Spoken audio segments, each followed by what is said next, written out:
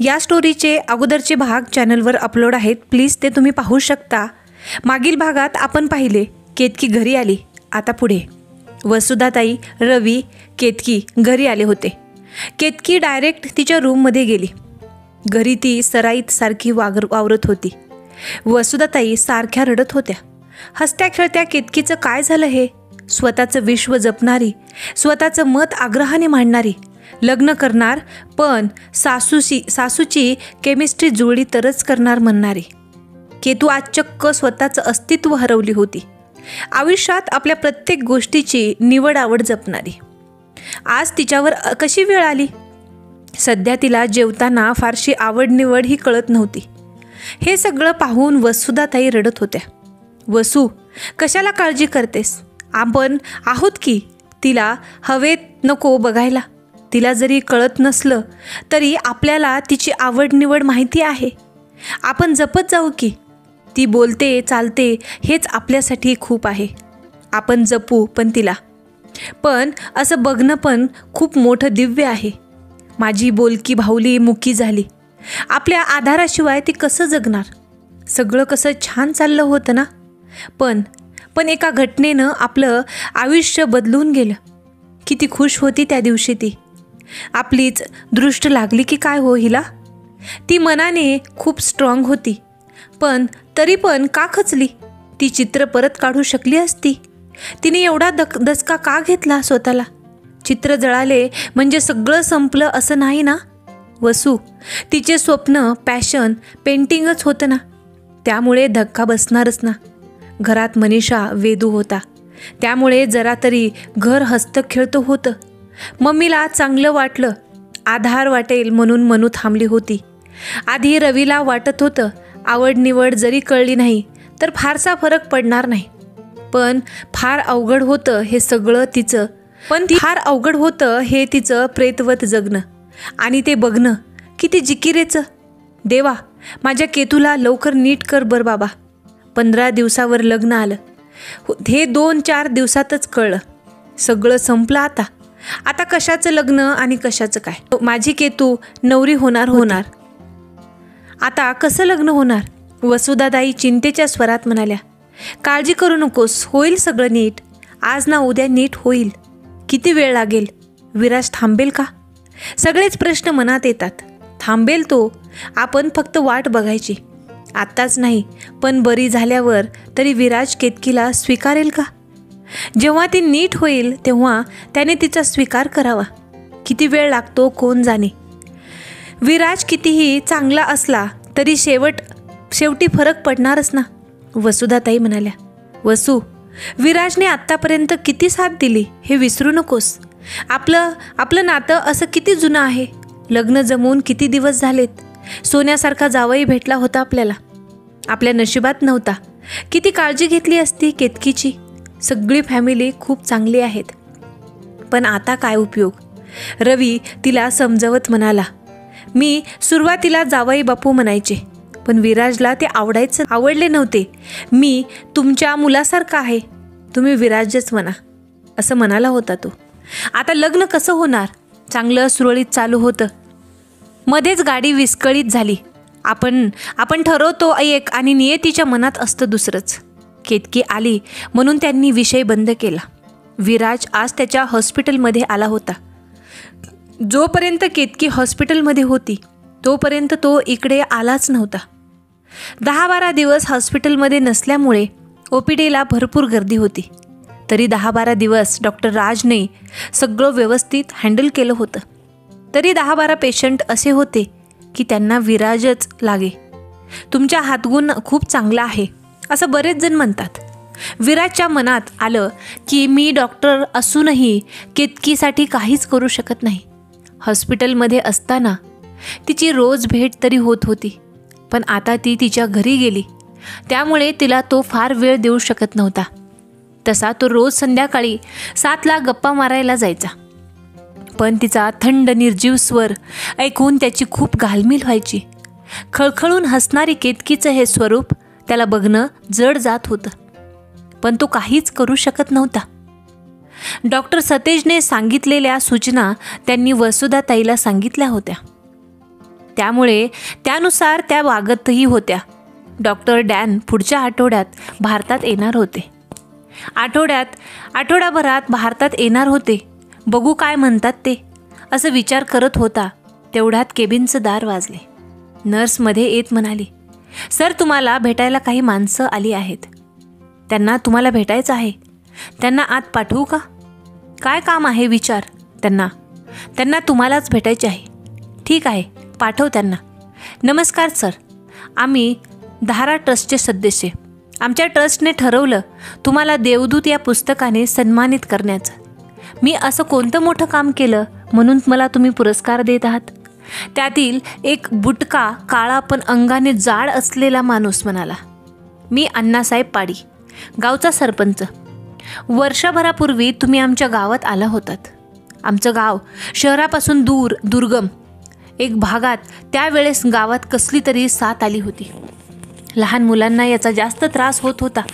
ताप यायची आणि मुलं दगावत असत. तुम्ही आमच्या गावात आलात आणि बरेच दिवस फ्री सेवा देत होतात. अहो त्यात काय मोठंच. मी दर महिन्याच्या शेवटी कोणत्या तरी एका खेड्याला भेट देतो. त्याचा फ्री इलाज करतो. माझ्यासाठी हे नेहमीचंच आहे. हा तुमचा मोठेपणा झाला. तुम्ही आम्हाला रस्ता दाखवला. तुमचं बघून गावातील तरुण एक झालेत. आम्ही छोटासा कार्यक्रम आयोजित केला आहे. तुम्ही नक्कीच या. सध्या माझी मनस्थिती नाही. पुढच्या महिन्यात कार्यक्रम ठेवला तर चालेल का?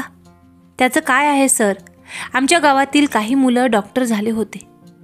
पण तुम्ही आमच्या गावाला सेवा देऊ लागल्यापासून त्यांच्यातही फरक पडला. आम्ही श्रमदानातून छोटासा दवाखाना काढला. त्याचं उद्घाटन तुमच्या हस्ते व्हावे अशी आमची इच्छा आहे. ते लोक ऐकायला तयार नव्हते. बरं येतो, वार आणि वेळ कळवा. ते माणसं आनंदाने तिथून निघून गेली. समाजसेवेचा वारसा त्याला त्याच्या आजोबाकडून मिळाला होता. ते जास्त शिकले नव्हते, पण अडल्या नडल्यांना ते मदत करत असत. त्यांचा मुलगा म्हणजे माधवराव, ते वकील होते. ते पण गरिबाच्या केस फुकट लढत असत. बऱ्याच वेळा ते परिस्थिती बघून पैसे घेत. हे सगळे पारंपरिक संस्कार विराजच्या रक्तात आले होते. त्याला आठवले, मागे केतकीला त्याने सांगितले होते, माझ्या कमाईचा काही भाग मी गरिबांसाठी खर्च करणार. तुला काही हरकत नाही ना? परत यावरून वाद नकोत. विराज, माझा फारसा खर्च नसतो. मला ना मेकअपची आवड आहे ना शॉपिंगची. उलट तुझ्याबरोबर मला समाजसेवा करायला आवडेल. तू जेव्हा जाशील तेव्हा मी तुझ्याबरोबर येईल. मला जेवढी मदत करता येईल तेवढे करेन मी. आणि नंतर गावातील दृश्याचे चित्र काढले. असं केतकी म्हणाली होती. आज तिची तब्येत चांगली असती तर तिला किती आनंद झाला असता. आपण तिला घेऊन गेलो असतो, पण सध्या तरी ते शक्य नाही. आज डॉक्टर सतेजच्या हॉस्पिटलमध्ये डॉक्टर हॅन येणार आहेत. केतकीसाठी त्यांनी अपॉइंटमेंट घेतलेली आहे. आई, तुम्ही बाहेर बसा. मी डॉक्टर काय म्हणतात ते ऐकून येतो. विराज म्हणाला. डॉक्टर हॅनने केतकीला पूर्ण चेक केलं. मिस्टर विराज, काही घाबरण्याचं कारण नाही. पेशंटला भरपूर कळतंय. त्याची मेमरी चांगली आहे. फक्त ती एक्सप्रेशन देत नाही. तिच्या मेंदूचा बराचसा भाग काम करतो. पेशंट लवकर रिकवर होईल. फक्त प्रेमाने हाताळावे लागेल. अशा मी 10 केसेस हँडल केल्या आहेत. त्यापैकी 4 पर्या झाल्या. 6 मात्र अजून आहे त्या स्थितीमध्ये आहेत. प्रयत्न करणे एवढेच आपल्या हातात आहे. बरी कधी होणार हे मात्र सांगता येणार नाही. वर्षात नीट होईल किंवा बरेच वर्षसुद्धा लागू शकतील. विराजला त्यांच्या बोलण्याने विचारात पडला होता. आई, तुम्ही पुढे व्हा, मी दुपारी येतो घरी, असं तो म्हणाला. काय म्हणाले डॉक्टर? काही काळजी करू नका. आणि तो गडबडीने निघून गेला. वसुधाताई, रवी केतकीला घेऊन घरी आले. केतकी घरी आल्यावर लगेच झोपी गेली. त्या ॲक्सिडेंटपासून ती बराच वेळ झोपेमध्येच असे. वसुधा सुन्न होऊन बसली होती. वसुधा, डॉक्टरने रिपोर्ट पाहिले.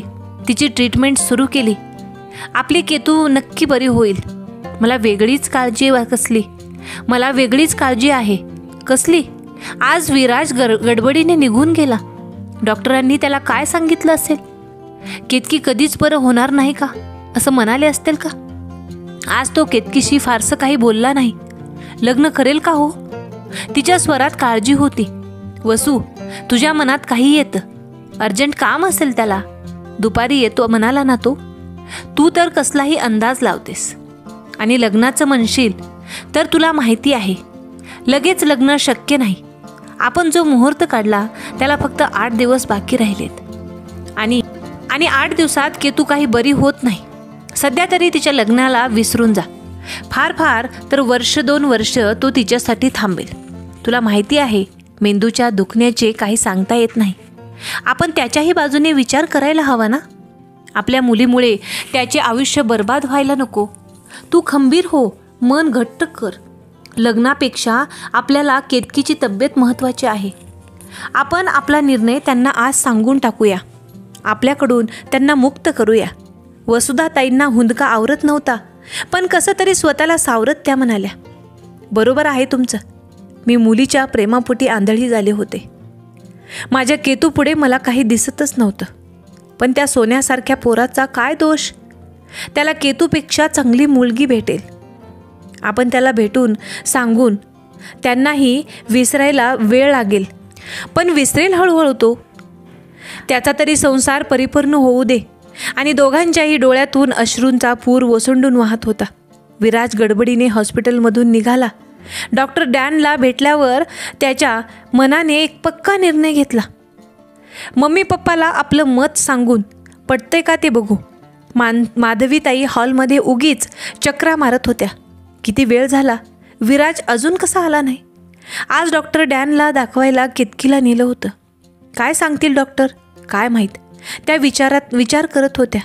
झालं हे, काय ठरवलं होतं आणि काय झालं. आपण किती आनंदात होतो विराजचं लग्न ठरल्यावर. केतकीची पहिली भेट त्यांना आठवली. साधी, सिंपल, सडेतोड बोलणारी, आपलं मत ठामपणे मांडणारी केतकी त्यांना सून म्हणून पहिल्याच भेटीत आवडली होती. आपला शांत मृदू विराजला कणखर ठामपणे आपले मत मांडणारी केतकी खूपच सूट होत होती. पण देवाने ही सुंदर जोडी का तोडली असेल. केतकीच्या दुखण्यापासून विराज मनातून खचला होता. लग्न फक्त 8 दिवसावर राहिले होते. पण आता हे सगळं स्वप्नच राहील. मम्मी, विराजच्या आवाजाने तिची तंद्री भंग पावली. मम्मी, काय सांगितले डॉक्टरांनी. मम्मा, केतकी नीट होण्याची शक्यता आहे, पण आपल्याला खूप मेहनत घ्यावी लागेल. हॅन सरांनी अशा बऱ्याच केसेस हाताळल्या आहेत. देव पावला, नीट होणार असेल तर आपण प्रयत्न करू बाळा. काय करायचं ते सांग. तसं मी ठरवलं होतंच. रोज दुपारी तिच्या घरी चक्कर मारत जाऊ. डॉक्टरांनी सांगितलेल्या ॲक्टिव्हिटी करत जाऊ. आपण तिच्यासाठी वेळ देऊ. मम्मी, त्यासाठी मी एक निर्णय खूप विचार करून घेतला आहे. फक्त तुमची परवानगी हवी आहे. कोणता? यावर एकच उपाय आहे, लग्न. या परिस्थितीत कसं शक्य आहे ते? का नाही? आपण ठरवलं तर सगळं शक्य असते. विराज, तुझी काळजी, प्रेम आम्हाला कळू शकत नाही का? पण हा निर्णय घातक आहे, तिच्यासाठी आणि तुझ्यासाठीही. माधवराव म्हणाले. घातक? असं काही नाही होणार पप्पा. मी खूप विचार केला. यावर माधवीला काय बोलावं काही कळत नव्हतं. ती पूर्ण ब्लॉक झाली होती. विराज, लग्न कर, पण सध्या नको. ती आजारी आहे, या कारणाने आपण तिला नाकारणार नव्हतो. पण यासाठी ही वेळ योग्य नाही. आपण थोडं थांबूया. खूप उशीर होईल मम्मा. यातील सर्व धोके तुझ्या लक्षात येत नाहीत का? आज भावनाच्या भरात तू निर्णय घेशील, पण नंतर पश्चाताप करण्यात काहीच अर्थ नाही. हे अग्निदिव्य वाटतं तेवढं सोपं नाही. पूर्ण विचार कर. तसं होणार नाही पप्पा. माधवी त्याच्या डोक्यावरून हात फिरवत म्हणाली. विराज, एवढं सोपं नाही हे. तुझ्या लक्षात कसे येत नाही बाळा? सर्व लक्षात येते. मी हा निर्णय खूप विचार करून घेतला आहे. विराज, सध्या केतकीला लग्न झालं काय आणि नाही झालं काय तिला काहीच फरक पडणार नाही, कारण तिला काही कळतच नाहीये. मग लग्नाचा हट्ट कशाला? यातून तुला काय साध्य होणार? फक्त तुझी जबाबदारी वाढेल, बाकी काही नाही. घरी आल्यावर भावनाशून्य केतकीला तू बघू शकशील का? विचार कर. हे तुझं माणुसकीचं प्रेमाचं भूत महिन्यात उतरेल बघ. नंतर परिस्थिती हाताबाहेर जाईल. माधवीताई जीव तोडून सांगत होत्या. असे काही होणार नाही. मी माझ्या कर्तृत्वात कोणतीच कसर करणार नाही. सगळ्या गोष्टीचा मी गेले 2 दिवस विचार करतोय. तरीही माधवीताईला भीती वाटत होती. त्या म्हणाल्या, विराज, मी स्पष्ट सांगते, केतकी नीट झाली तर ती 1 वर्षात होईल किंवा नाही. कदाचित काही कारणाने ती बरीच नाही झाली तर आयुष्यभर केतकीला सांभाळशील? विराजने एक क्षणाचा विचार न करता उत्तर दिलं, मम्मी, मी आयुष्यभर तिला आहे त्या स्थितीत स्वीकारेल. मी हे तुम्हाला खात्रीने सांगतो. ती तुमच्या प्रेमाने नक्की नीट होईल. मला खात्री आहे.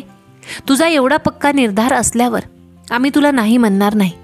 आम्ही सदैव तुझ्या पाठीशी आहोत बेटा. मम्मा, तुझ्यावर जास्त जबाबदारी पडणार आहे. तुला मान्य आहे ना? मी जमेल तेवढं तुझ्यावर भार पडणार नाही याची व्यवस्था करेल. माझ्यावर कामाचा लोड पडेल म्हणून मी विरोध करत नाही. तुझ्या काळजीने म्हणत होते. तुमच्या मदतीने मला शक्य होईल तेवढा प्रयत्न करीन. आपल्या मेहनतीने, प्रेमाने एखाद्याचे आयुष्य मार्गाला लागणार असेल तर काहीच हरकत नाही. पण तरीही मला वाटतं तू एकदा विचार करावा. विराज, तुला कितपत संसार सुख लागेल सांगता येत नाही. मम्मा, माझ्यासाठी केतकी महत्त्वाची आहे. अगं, अख्खं आयुष्य पडले आहे की त्यासाठी अजून. सकाळी मी हॉस्पिटलमधून लवकर परत आलो. मम्मीला आज दुपारी येतो म्हणालो होतो. जाऊन येतो. एकटा जाऊ नको, आम्ही पण येतो तुझ्याबरोबर. लग्नाची तयारी करा असं सांगायला. त्याने आनंदाने मम्मीला मिठी मारली. तिघांना पाहून वसुधाताई आश्चर्यचकित होते. फक्त विराज येणार होता. पण तसं काही न म्हणता त्या म्हणाल्या, या माधवीताई, बरं झालं तुम्ही आलात. आम्ही तुम्हाला फोन करणारच होतो. मला तुम्हाला काहीतरी महत्त्वाचं सांगायचं आहे. थँक्स पप्पा, आम्ही पण महत्त्वाचं सांगण्यासाठीच आलो आहोत. माधवीताई म्हणाल्या, सांगा काय आहे ते. माधवीताई, केतकी बरी होईल न होईल सांगता येत नाही. म्हणून ठरलेलं लग्न. त्यांना शब्द सुचत नव्हते. डोळ्यात पाणी आलं होतं. तरी त्या म्हणाल्या, वसुधाताई, तुम्ही बोला. माधवीताई, विराजचे दुसरीकडे लग्न करू शकता. त्यापुढे बोलण्याच्या आधीच विराज म्हणाला, मम्मी, लग्न ठरलेल्या तारखेलाच होईल आणि हे सांगण्यासाठीच आम्ही आलो आहोत. कसं शक्य आहे या 8 दिवसात? केतकीची मनस्थिती. वसुधाताई म्हणाल्या, ती लवकर बरी व्हावी म्हणूनच लग्न करण्याचा निर्णय मी घेतला आहे. हे शक्य नाही माधवीताई. विराज, तुम्ही लग्नाला तयार आहात हा तुमचा मोठेपणा आहे. तुमच्यासारखे देव माणसाशी आमचे नाते जोडलं तर आम्हाला आनंदच वाटेल. पण सध्या ते शक्य वाटत नाही. केतकीची मानसिकता ठीक नाही. मानसिकदृष्ट्या ती नीट झाल्याशिवाय लग्न नकोच. रवी तिच्या जवळ जात म्हणाला, वसुधा, लग्न मोडेल म्हणून तू काळजीत होतीस. आता ते तयार आहे तर तू नको म्हणतेस.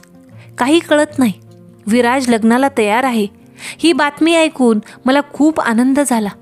पण हे प्रॅक्टिकली शक्य नाही. लग्न करून ती या घरातून जाणार होती. पण आता या अवस्थेत माझ्यापासून दूर गेल्यावर माझं मन कसं लागेल? लग्नानंतर तुम्ही काही दिवस आमच्या सोबत राहा. लग्नाआधी मी तुमच्या घरी राहिलो ना तर लोक नाव ठेवतील. समाज आपल्याकडे बोट दाखवेल.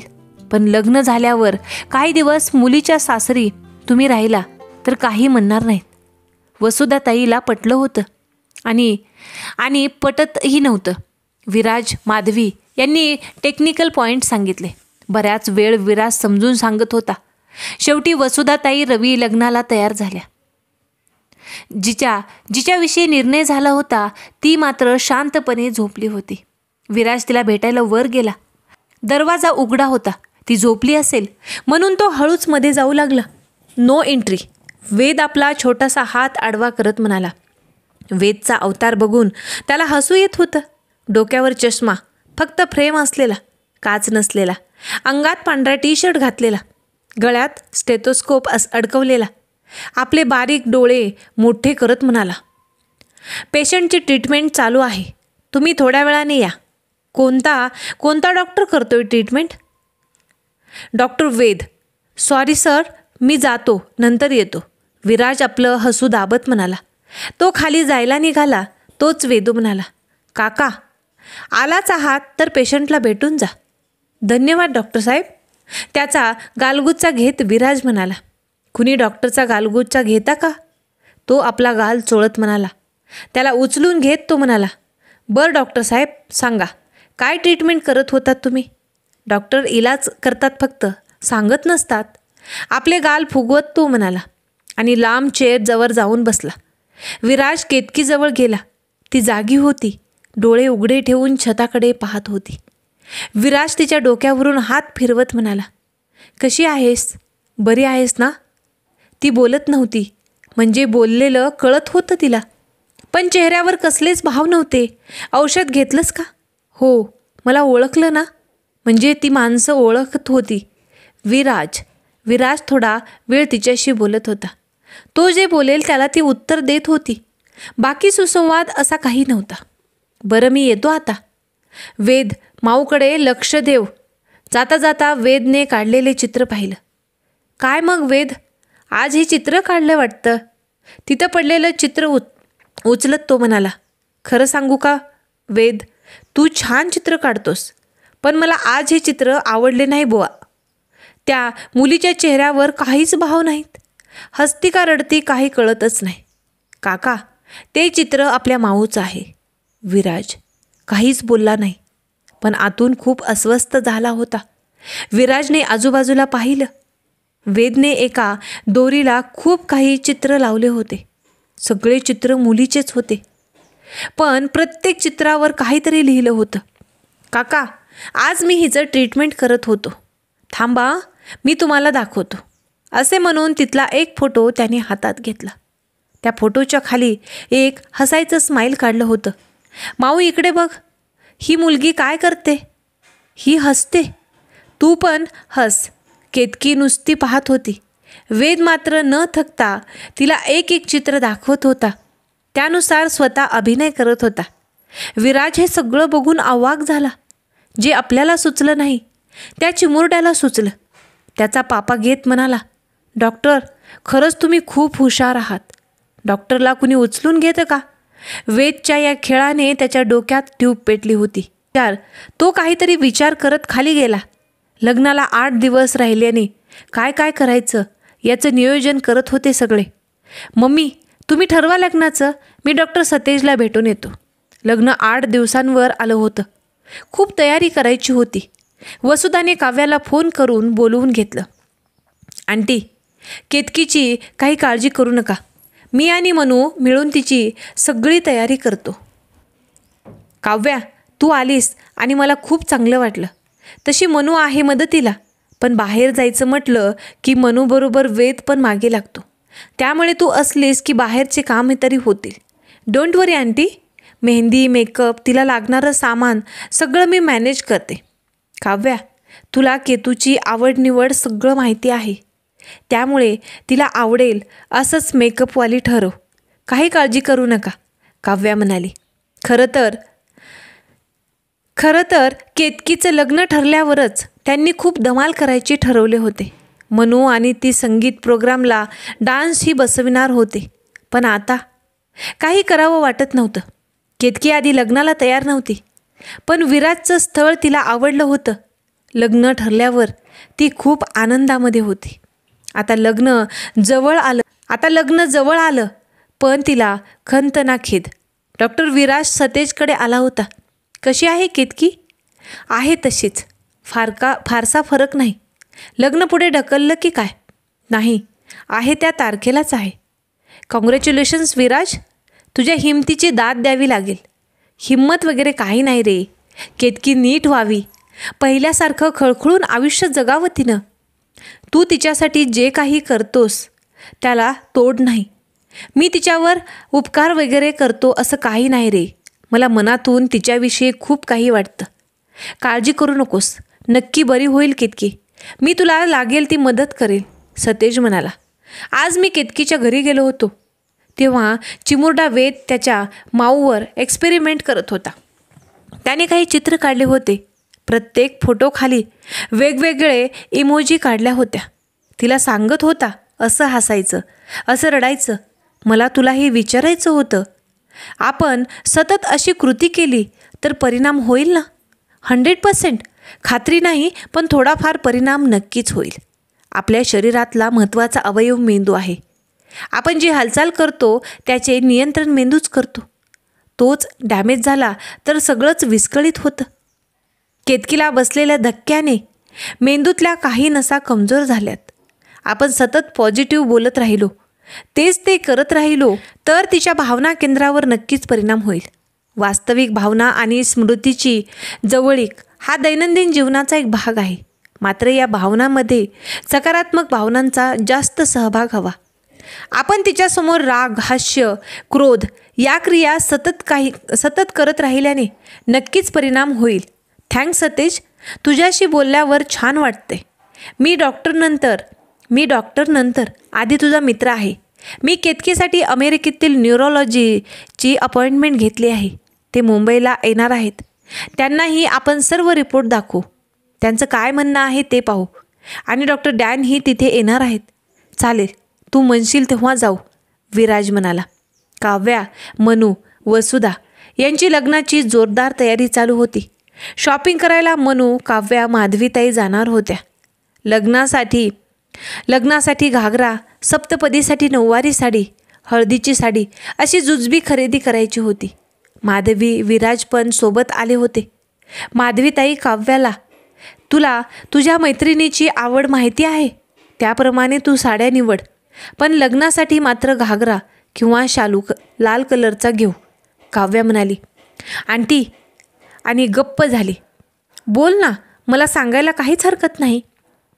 आम्ही असंच एकदा बोलत होतो तेव्हा केतकी म्हणाली होती, मी लग्नासाठी ग्रीन कलरचा घागरा घेणार, सगळ्यात हटके. असं काही हरकत नाही, तिला आवडेल असा कलर घे. त्यांनी कसलीही हरकत घेतली नाही म्हणून काव्याला आनंद झाला. तिला तिच्या लग्नाच्या वेळेसच आठवलं, त्यांचं जरी लव्ह मॅरेज असतं तरी लग्नाची खरेदी करायला सासू सासरे सोबत आले होते. काव्याने पसंत केलेला शालू तिच्या सासूबाईला आवडला नव्हता. आमच्या घराण्याला शोभणारी जरीचा शालूच घे असं त्यांना म्हणाल्या होत्या. तिला आवडत नसतानाही राणी कलरचा शालू घेतला होता. खरंच केतकी नशीबवान. मोजके जवळचे पाहुणे आले होते. पाहुण्यांनी घर जिवंत वाटत होतं.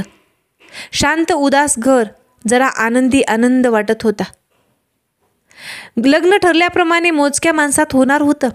वसुधाताईंच्या डोळ्यात आनंद तर एकीकडे दुःख होतं. मनावर दगड ठेवून त्या लग्नाचं काम उरकत होत्या. हळद घरीच लावण्यात आली. केतकी कोणत्या गोष्टीला विरोध करत नव्हती. आज हळद आहे, आईने जे सांगेल तसं ती करत होती. असला कसला आजार माझ्या केतूला झाला, सगळं कळतं पण वळत नाही, अशी तिची अवस्था आहे. केतकी चांगली असती तर किती धमाल झाली असती. आज हळदीला तिला आठवत होतं. दिवसभर तिची अखंड बडबड चालू असायची. तेव्हा ती म्हणायची, अगं केतकी, तुझ्या तोंडाला चिकटपट्टी लाव बरं, सारखी आपली वटवट करत असतेस. आणि आज एकही शब्द ती बोलत नव्हती. वसुधाला अस्वस्थ वाटत होतं. काव्याने सगळ्यांनाच हळदी लावली. पळापळी गोंधळ चालू होता. कोणीतरी बागेतल्या पाण्याचा पाईप घेतला आणि एकमेकांच्या अंगावर पाणी उडवू लागले. काव्याला विराजने सांगितलेलं आठवलं. कधीकधी तिला न आवडणारी गोष्ट जास्त वेळ करा म्हणजे तिच्या मेंदूला अगमंड केंद्र उत्तेजित होईल. तिने पाईप घेतला आणि काव्याच्या अंगावर उडवू लागली. ती पूर्णपणे भिजली होती, पण काही न म्हणता तशीच उभी राहिली. वसुधाताई पटकन पळत आल्या. काव्या, सर्दी होईल तिला. काय करतेस हे? सॉरी काकू, तिला राग येईल म्हणून मी असं करत होते. मला माहीत आहे. काव्या, तुझी धडपड मला दिसत नाही का? आपण करायला जाऊ एक आणि होईल दुसरंच. हळुवारपणे केतकीचे डोके पुसत होत्या. लग्न ठरल्याप्रमाणे छोटेखानी होणार होतं. जवळचे नातेवाईक लग्नाला हजर राहणार होते. कार्यालय न घेता घरासमोर मंडप टाकण्यात आला. त्यात सगळ्या फुलापानांची डेकोरेशन केलं होतं. कसलाही भडकपणा नव्हता. सगळ्या लॉन गुलाबाच्या फुलांनी मोगऱ्याच्या फुलांनी सजवला होता. सगळं इको फ्रेंडली डेकोरेशन केलं होतं. केतकीने ग्रीन कलरचा घागरा घातला होता. हातभर बांगड्या, सिंपल हेअरस्टाईल, खूप सारे गजरे. मेकअप ही फार डार्क नव्हता. दृष्ट लागावी एवढी सुंदर केतकी दिसत होती. विराज पण छान दिसत होता. झालेल्या आपल्या लेकीकडे, नवरी झालेल्या आपल्या लेकीकडे पाहत त्या जोडप्याला सुखात ठेव. त्या मनातल्या मनात देवाची प्रार्थना वसुधाताई भान हरपून नवरीकडे पाहत होत्या. मंगलाष्टक म्हणताना तांदळाच्या अक्षदा न घेता फुलांच्या पाकळ्या टाकण्यात आल्या. वसुधाताईचे डोळे मात्र सारखे पाणावत होते. मनू तिला झोप येणार नाही यांची काळजी घे, तिला बोलत राहा. वसुधाताईला भीती वाटत होती, लग्न सोहळ्यात ती झोपली तर. देवा, या सुंदर सोहळ्याला कोणाचीही दृष्ट नको लागू. जरा झोप जास्तच येत असे तिला या दुखण्यामध्ये. तिनं 2 तासाच्या वर ती जागी राहू शकत नव्हती. औषधाने पण मेंदूला सूज आल्याने तिला झोप येत. घाबरायचे कारण नाही असं डॉक्टरांनी सांगितलं होतं. सप्तपदी झाली की तिला जरा आराम करू देऊ, माधवीताई म्हणाल्या. पटकन सप्तपदीची तयारी करा, त्यांनी भटजी बुवांना सांगितलं. सप्तपदीसाठी नऊवारी घेतली. अंबाडा, नाकात नथ, लक्ष्मी दिसू लागली. विराजने सोहळं घातलं होतं. भटजी बुवा सप्तपदीचा महत्त्व सांगत होते. सप्तपदी का करतात ते मी तुम्हाला सांगतो. शरीरात 7 चक्र, 7 सूर, इंद्रधनुष्याचे 7 रंग, ऋषी 7, धातू 7, 7 द्वीप, 7 परिक्रमा, या सर्व गोष्टीत 7 असल्यामुळे सप्तपदीला महत्त्व आहे. मी जे वचन सांगतो ते माझ्या मागे म्हणा. दोघेही भटजीबुवाच्या मागे वचन म्हणत होते. विराज सगळं मन लावून वचन ऐकत होता. मनात त्याने निश्चय केला, आज देवा ब्राह्मणाच्या साक्षीने ठरवतो की तुझी साथ कधीही सोडणार नाही. कितीही संकट आली तरी लग्नाचे सगळे विधी सुरळीत पार पाडेल. केतकीला घेऊन जा मनीषा, पॅकिंग होईपर्यंत तिला आराम करू दे. पाठवणी करताना रवीसुद्धा दहाय मोकलून रडत होता. वसुधा, मनू यांचं रडणं थांबत नव्हतं. माधवीताई जवळ येत म्हणाल्या, काही काळजी करू नका, मी घेईल काळजी केतकीची. वाटलं तर 8 दिवसासाठी तुम्ही या सोबत. त्याची काही गरज नाही. तुमच्यावर माझा पूर्ण भरोसा आहे. माझ्यापेक्षा तुम्ही तिची काळजी घ्याल आणि विराजही तिला जपेल. मला तिची चिंता नाही. माधवीताई, तुमची जबाबदारी, कामाचा व्याप वाढणार बघा. केतकी मला माझ्या मुलीसारखीच आहे. मी माझ्या मुलीचं नसतं का केलं? 2-3 दिवसांनी चक्कर मारा. केतकी गाडीत जाऊन बसली सुद्धा. टिपूसभर पाणी तिच्या डोळ्यात नव्हतं. वेदूला ताप आला होता म्हणून मनूसोबत जाऊ शकत नव्हता. म्हणून काव्या केतकीसोबत जाणार होती. मम्मी, काळजी करू नका. आपल्या सगळ्यांच्या प्रयत्नाने केतकी लवकरच बरी होईल. मी रोज फोन करत जाईल. केतकीशी बोलल्यावर तुम्हाला बरं वाटेल. या 7-8 दिवसात केतकीला मी मुंबईला घेऊन जाणार आहे. तुम्ही तुमच्या तब्येतीची काळजी घ्या. वराड दिसेनासं होईपर्यंत सगळे तिथेच थांबले होते. कितीतरी वेळ त्या दिशेला वसुधाताई पाहत होत्या. देवा, विराजच्या हाताला यश येऊ दे आणि त्याचा संसार सुखाचा होऊ दे. केतकी या आजारातून बरी होईल का? ती पहिल्यासारखी हसती खेळती बोलती होईल का? विराजला त्याच्या कार्यामध्ये यश येईल का? हे सर्व पाहण्यासाठी आपल्याला पुढचा एपिसोड पाहावा लागेल. हा भाग तुम्हाला कसा वाटला ते कमेंटद्वारे सांगायला विसरू नका. याबद्दल तुमचं काय मत आहे? विराजने जो निर्णय घेतला होता तो योग्यच आहे का? ते तुम्ही कमेंटद्वारे सांगू शकता. असेच नवनवीन व्हिडिओ पाहण्यासाठी व्हिडिओला लाईक करा, शेअर करा आणि आपल्या चॅनलला नक्की सबस्क्राईब करा. लवकरच भेटूया त्याच्या पुढच्या भागासोबत. तोपर्यंत धन्यवाद.